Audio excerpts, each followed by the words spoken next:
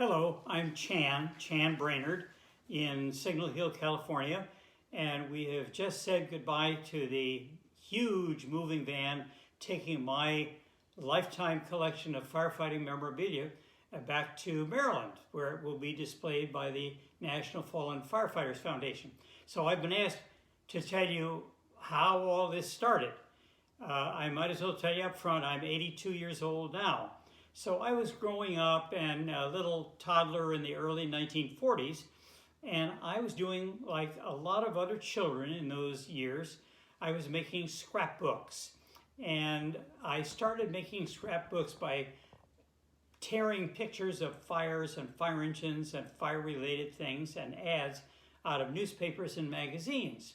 So that was the early 1940s, and we have all those scrapbooks. I continued the scrapbooks until the mid-1950s. So I got a lot of stuff, a lot of local New Haven, Connecticut area stuff, but also I developed pen pals all over the country, mostly older men whom I never met, and we exchanged newspaper clippings and so forth. Then my mother took me by train from New Haven to Boston in August of 1952 for the annual convention of the International Association of Fire Chiefs. And I went to the exhibit hall and was there just that one day and came home with a big stack of sales literature that had been given to me. And that's what started the sales literature part of the collection. And so I've been doing this up until 2020, of getting sales literature and filing it alphabetically according to manufacturer. And so of this large collection, this to me is probably the most historically significant part of the collection, is the sales literature from manufacturers. Everybody saves pictures of the pretty red fire engines, but nobody, to the best of my knowledge, saves sales literature for firefighting foam and brass fixtures and so forth. We've got it all. Well, you don't have it all. You never have it all. No collection has everything. Out of the toys, which number approximately 2,500, there was only one that was mine as a child. And Ray Russell and Ronnie Coleman wrote two books about fire truck toys for men and boys. And they referred to the one that was mine as a child as a six-man blue. And that's because the firefighters were clinging to the side of the pumper wearing bright blue turnout coats.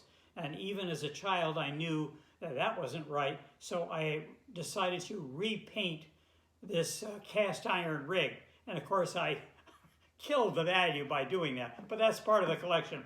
Everything else I've been collecting in toy shows and flea markets and trading with other collectors. And the helmets started out, my brother gave me my first fire helmet, which was a Cairns aluminum helmet from Wellesley, Massachusetts, for Christmas in about that time, early 50s. And so now there are 250 helmets. And then the library. The library, probably those of you who are watching this, many of you have libraries just as good as mine. But if we can combine some of our libraries, there are lots of things missing in mine. But I have something that I don't think very many American collectors of fire memorabilia have. I started buying books, children's books, and not only in English, but in different foreign languages. And there are perhaps 20 foreign languages in all of the children's books. I thought I had a lot of stuff, and then I ended up, because I was too short to be a firefighter, a career firefighter in Southern California, which was my goal. So I ended up working for several different fire equipment distributors. Everything that goes on board a fire truck, and station uniforms and turnouts and footwear, all of that. And the company I worked for a number of years started taking trade-ins on new equipment they would give you credit for bringing a truckload of old unused fire equipment. And so they did that, and my boss said, "Hey, Chan, anything you want?" Well, that was a dumb question, because of course I wanted it. So a lot of the things were added to the collection during my years of selling fire equipment. So I am delighted. As you get older, did I say that I was 82? As you get older, you wonder, what am I going to do with this? And I almost gave it away to another museum, and they lost their lease. So that was over. And another museum who came on heavy to me that they really wanted my collection, it turned out what they wanted to do was sell it off as a fundraiser. So I am absolutely delighted. I'm delighted with the way all of this has been handled.